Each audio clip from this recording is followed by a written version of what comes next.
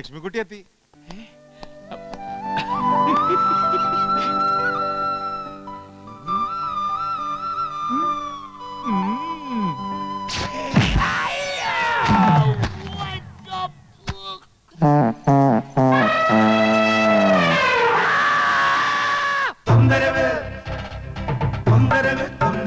അയ്യോ എന്തൊരു തൊന്തരവ്, ഇതെന്തൊരു തൊന്തരവ്.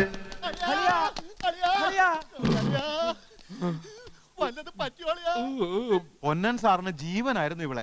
ഇനിയിപ്പൊ വിഷ്ണു ആണ് ഇവളുടെ എല്ലാം. ഒരു കാര്യം ഞാൻ മറന്നുപോയി. ഒരു കത്ത് കൂടി വിഷ്ണുവിന് തരാൻ വേണ്ടി അമ്മാവൻ എഴുതിയിട്ടുണ്ട്. പ്രിയപ്പെട്ട വിഷ്ണുക്കുട്ടനെ, ലക്ഷ്മിക്കുട്ടി മദ്യപിക്കാതെ സൂക്ഷിക്കണം. സ്വന്തം പൊന്നമ്മാവൻ.